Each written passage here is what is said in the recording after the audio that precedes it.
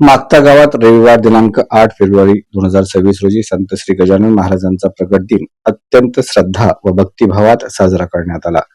या निमित्ताने गावात दिवसभर धार्मिक कार्यक्रमांचे आयोजन करण्यात आले असून सकाळपासून गावात भक्तिमय वातावरण पाहावयास मिळाले.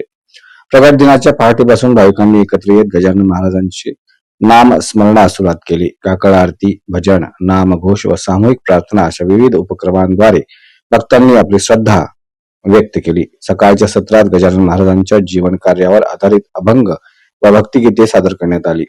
सकाळच्या सत्रात कीर्तन व सांस्कृतिक कार्यक्रमांचे आयोजन करण्यात आले.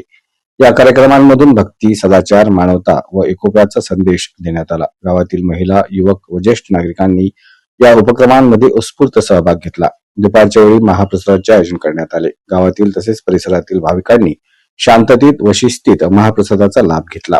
संपूर्ण कार्यक्रम गावकऱ्यांच्या सहकार्याने व भक्तिभावाने पार पडला. या प्रकट दिनानिमित्त मागता गावात भक्तीबरोबरच सामाजिक सलोखा व एकतेचे सुंदर दर्शन घडले. संत गजानन महाराजांच्या विचारांचा जागर करत गावकऱ्यांनी हा दिवस श्रद्धेने व समाधानाने साजरा केला.